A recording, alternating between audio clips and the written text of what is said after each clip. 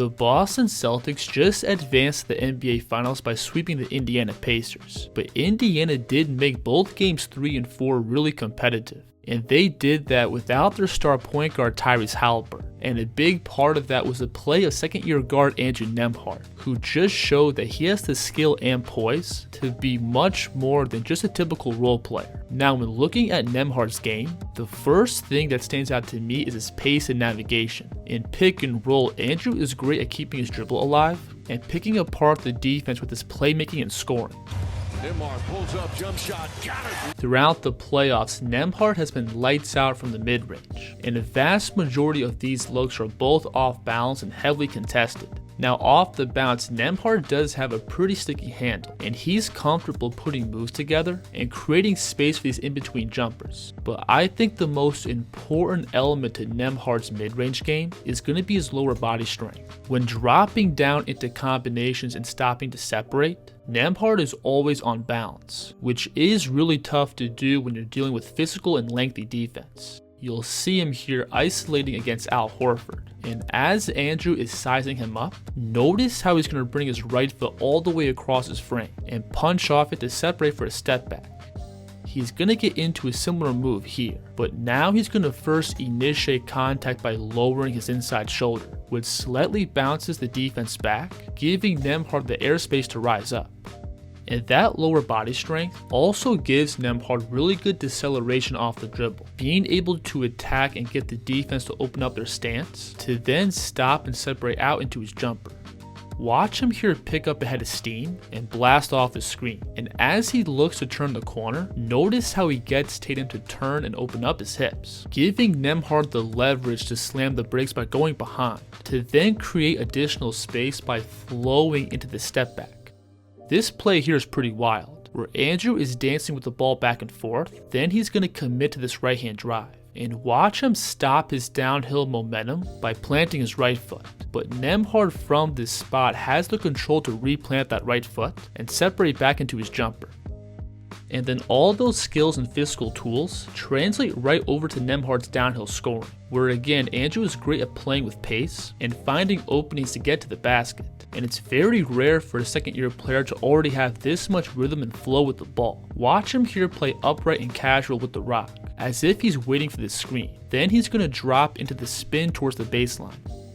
I like this move here, where Nembhard is first going to get Holiday to fly by with the shot fake, and watch him slow down and turn towards Pascal Siakam spotting up, which slightly freezes Horford in gap, giving Andrew a clear lane to attack into. When playing in traffic, Nembhard also has a variety of different strides and euros he likes to use to create finishing angles. Watch him here cut towards the middle, and right off the catch, Nembhard is going to pound the ball and transfer his weight to his left foot, which moves Derek White out of his frame, allowing him to step through and get this floater to his right. Nembhard can also use these steps to initiate contact into the defense's body. Watch him here pick up and veer into Jaylen Brown stepping left-right, which moves Brown underneath the basket, giving Nembhard a clear window to finish. When playing downhill, Nembhard also has pretty good deceleration in the paint, being able to sink his way down into his strides and rise up for vertical looks. You'll see him here catch and attack to his left, and watch how Nembhard is going to first initiate contact, then sink his way down into his left foot, to then rise up for a vertical floater while the defense is drifting back. This bump euro has also been one of Nembhard's go-to moves, where he picks up a head of steam, then gathers the ball and initiates contact, and Nembhard from here can use his next two strides to step into a finish. Watch him again here turn the corner off the screen, to then initiate contact and pick up off his inside foot, and from here he's got two steps that he can use to create a scoring window. And that physicality also extends out to the perimeter, where Nembhard loves to use his off arm to swipe and pull himself into these drives. Watch him here simply refuse the screen by ripping to his right, and as he turns the corner, notice how Nembhard is going to swipe with that off arm to pull himself completely past Holiday.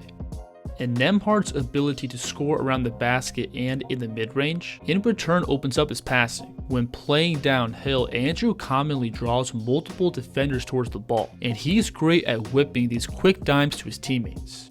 You'll see him here attacking the basket full speed to his left, and off a live dribble, Nembhard is able to whip this one-hand pass to Turner on the opposite block.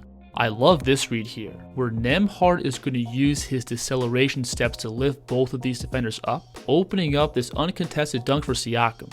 Now Andrew's scoring also extends out beyond the three, and throughout his career in both the NBA and college, Nembhard has always been an average outside shooter. But in the playoffs, that was definitely not the case, where he shot a blazing hot 48% on all his outside looks. Mechanically, Nembhard has a pretty low release point into his shot, bringing the ball just above his shoulders as he releases, but that low set point gives Andrew a ton of range, and he's comfortable letting the ball go from beyond 30 feet.